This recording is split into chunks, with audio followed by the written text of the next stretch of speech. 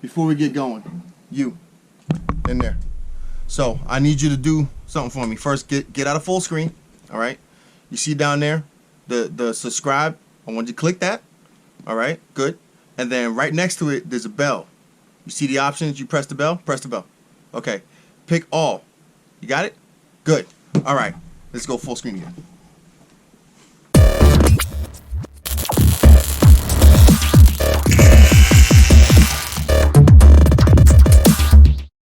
What I'm going to do right now is I'm going to show you a good way of telling that your wheel hub bearing is shot. Okay, so first and foremost, you're going to get noise.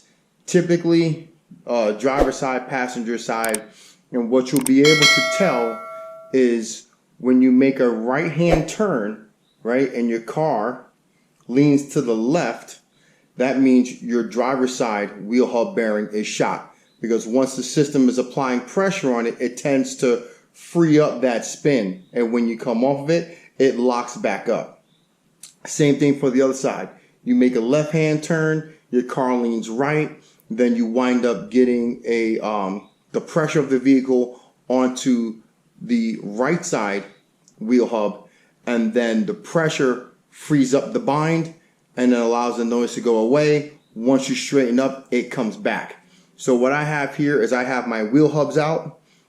Since I'm doing the transmission, I'll link that up top so you can go and check that out. So driver side.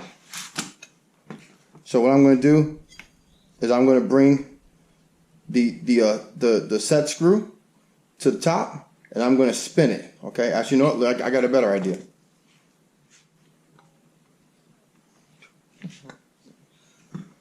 So I've marked where the set screw is in white. So I'm going to spin it, and we're going to try and see if we get at least 2 to 3 rotations before this stops. Now, ideally, you want to do this with the wheel on the car so you get a better sense of how the bearing is handling the weight of the vehicle, but this will work just as well. So I got about a turn and a half. Let's try it one more time. So you got about another turn and a half. So I would probably say it's time to change this one before it starts going bad. So now I have the passenger side one. Okay, and I'm going to do the same thing. I'm going to mark where the set screw goes with my paint pen. And I'm going to turn it the same exact way. And again, we're looking for similar or better turns. So got about a turn and a quarter. Okay, so do it again. So again, we got about another turn and like a little bit less than a turn and a quarter. So the one thing you can tell here is that it's not making much noise right now. And what I've been getting is